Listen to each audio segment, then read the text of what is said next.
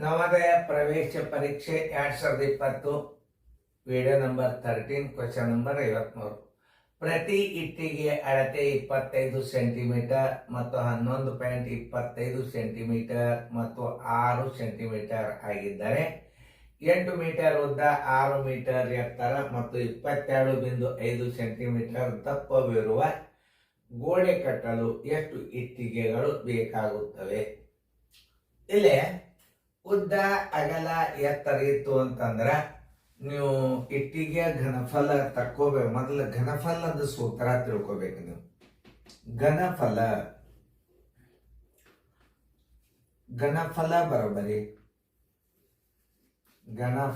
ಬರೋಬ್ಬರಿ ಉದ್ದ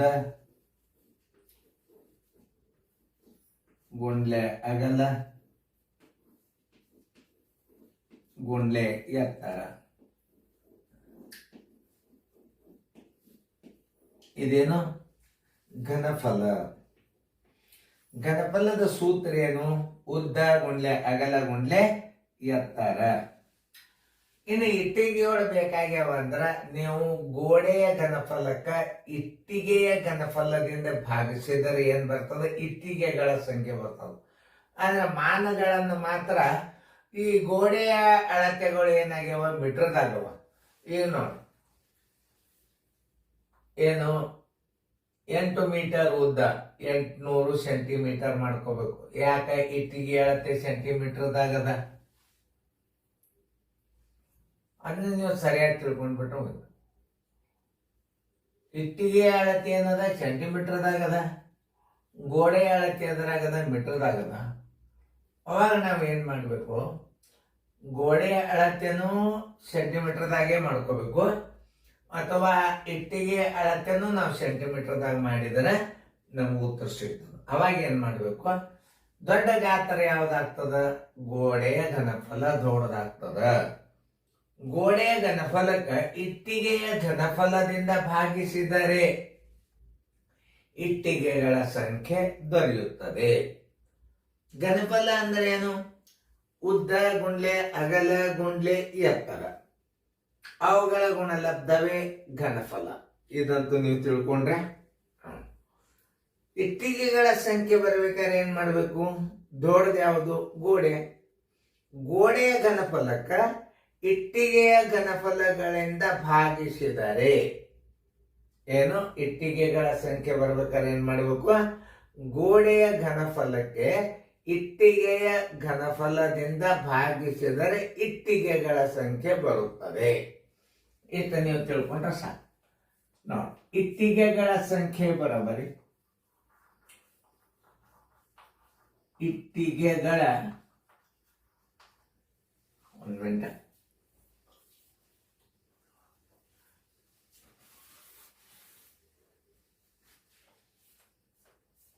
ಇಟ್ಟಿಗೆಗಳ ಸಂಖ್ಯೆ ಬರೋಬರಿ ಇಟ್ಟಿಗೆಗಳ ಸಂಖ್ಯೆ ಬರೋಬರಿ ಗೋಡೆಯ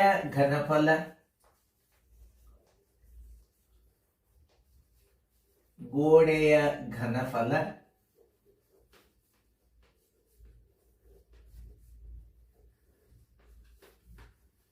ಸರ್ವಾಸ್ ಬಾಗಲೆ ಇಟ್ಟಿಗೆಯ ಘನಫಲ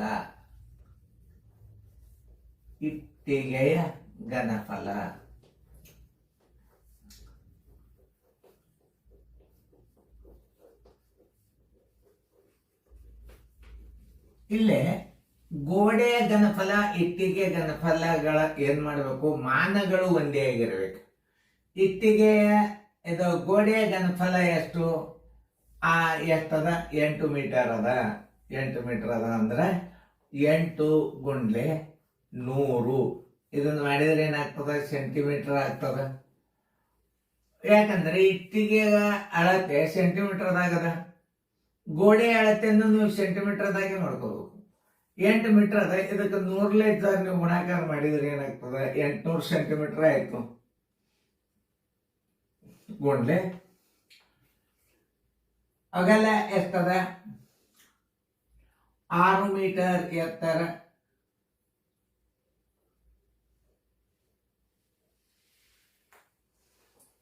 6 ಮೀಟರ್ ಎತ್ತರ,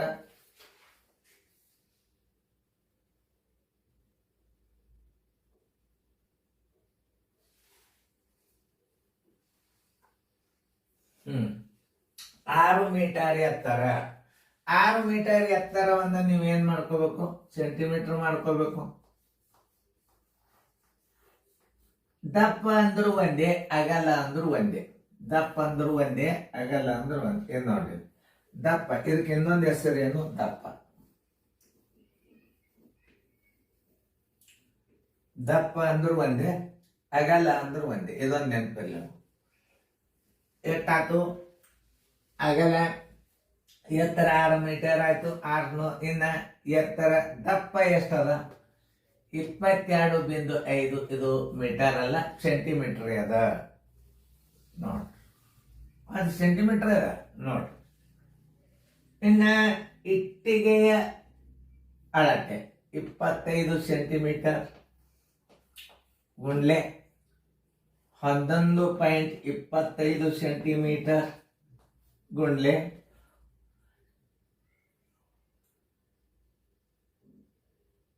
6 ಸೆಂಟಿಮೀಟರ್. ಇದಂತೂ ಆಯ್ತು. ಈಗೇನ್ ಮಾಡ್ಬೇಕಪ್ಪ ಅಂದ್ರೆ, ಇಲ್ಲಿ ಸ್ಥಾನಗಳು, ಆ ಸ್ಥಾನಗಳನ್ನ ನೀವು ಮೇಲಿನ ಸ್ಥಾನಗಳು ತಳಗ ಹಾಕಬೇಕು, ತಳಗಿನ ಸ್ಥಾನಗಳನ್ನ ಮೇಲೆ ಹಾಕಬೇಕು. ಇಲ್ಲಿ 2 ಸ್ಥಾನದ ಏನು, ಇಲ್ಲಿ 2 ಸ್ಥಾನದ ಮೇಲೆ 100 ಹಾಕ್ರಿ. ಇಲ್ಲಿ 1 ಸ್ಥಾನದ ಇಲ್ಲಿ 10 ಹಾಕ್ರಿ. ಈಗ ಈ ಪೂಜೆ ಹೊತ್ತು, ಈ ಪೂಜೆ ಹೊತ್ತು. ಈಗ 25 ಒಂದಲೇ 25 9, 25 ಒಂದಲೇ 25 9.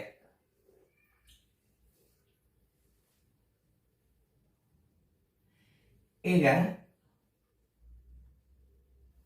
3 2 3 3.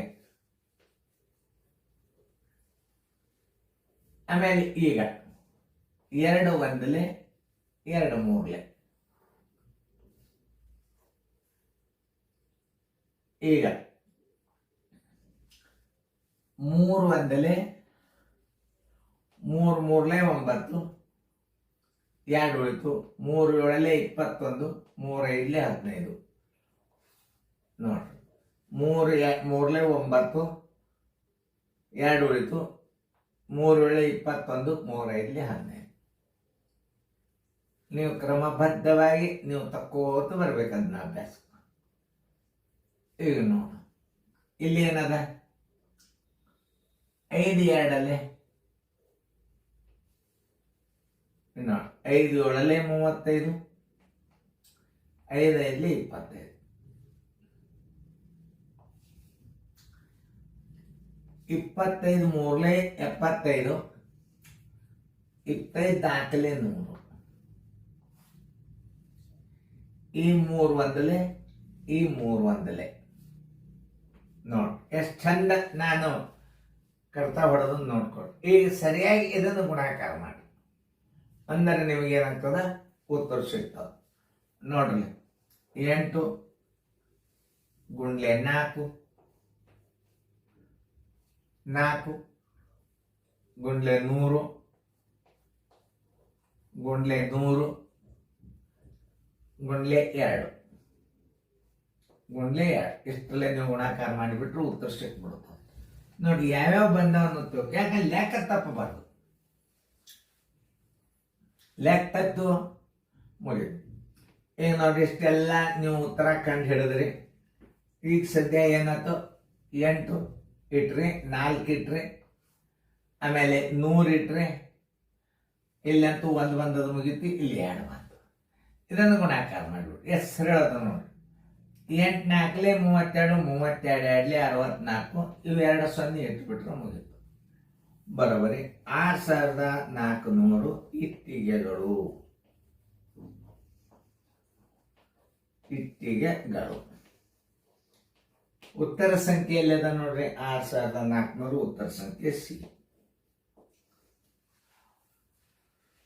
ನಾವು ಹೆಂಗೆ ಕನಿಷ್ಠ ರೂಪಕ್ಕೆ ತಗೋತೀವಿ, ಹೆಂಗೆ ನಾವು ಕಡ್ತಾ ಹೊಡಿತೀವಿ ಅನ್ನೋದು ಸರಿಯಾಗಿ ಅರ್ಥ ಮಾಡ್ಕೊಂಡು ನೀವು ಲೆಕ್ಕ ಮಾಡಿದ್ರೆ ಯಾವ ಲೆಕ್ಕನೂ ಬೇರೆ ಇಲ್ಲ. ಇನ್ನೊಂದು ಸ್ವಲ್ಪ ಚಂದ ಮಾಡ್ತಾನ, ಯಾಕಂದ್ರೆ ಗಣಿತ ಶಿಸ್ತು ಕಾಣಿಸ್ಬೇಕು ಗಣಿತ. ಹಾ,